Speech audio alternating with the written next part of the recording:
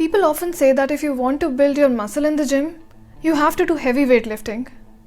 Well, this is obviously true, but it is only half of the truth.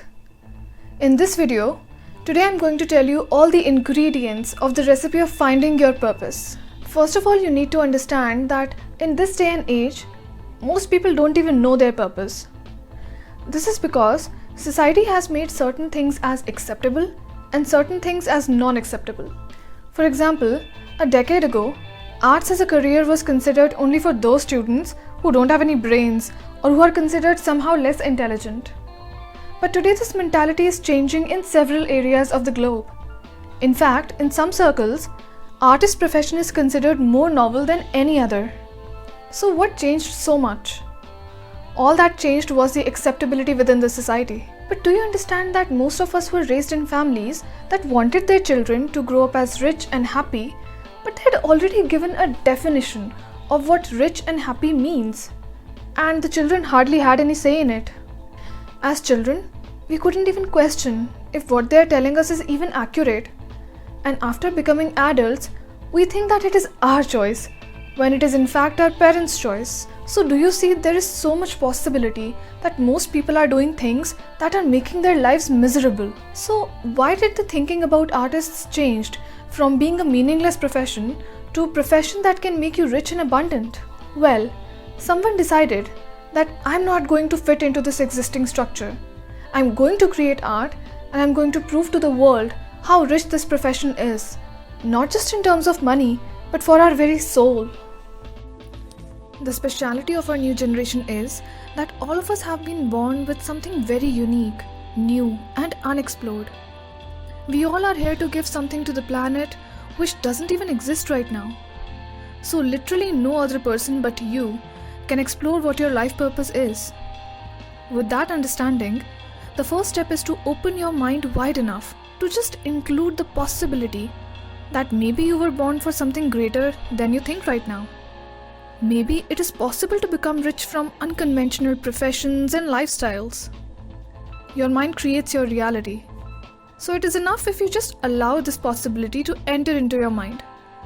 As you start getting more proof of this, just by allowing the possibility, you will start believing more and more in this concept. As I told you before, the answer to your purpose lies within your own being, and no one else can tell you that. So when we say the word life purpose, we obviously mean something that you are passionate about. Now think about the things that you are passionate about in your life. It can even be a movie or a TV series, anything that you are passionate about. So why are you so passionate about this thing? Because it makes you happy, right? So that's it. Now turn it around. Follow your joy and you will find your purpose. But here is the problem. Most of us have been socially conditioned to such an extent that we don't even know what thing makes us jump with happiness. Well, no problem. You don't have to find it in a single day. You just have to keep moving in the direction of your smallest joys, one after the other. And I promise you that one day you will have found your purpose. Now let's talk about the sayings such as, you have to work hard if you want to be successful. Well, if your life purpose depends upon how joyful you are, that's not exactly hard work, right? See, understand the concept of perspectives. If you don't like dancing and you look at a dancer from the outside, then you may see that this person is working so hard, oh my god. If I want to be successful, I have to work this hard as well. But if you could literally get into their perspective, you will find out that they love every minute they spend on dancing.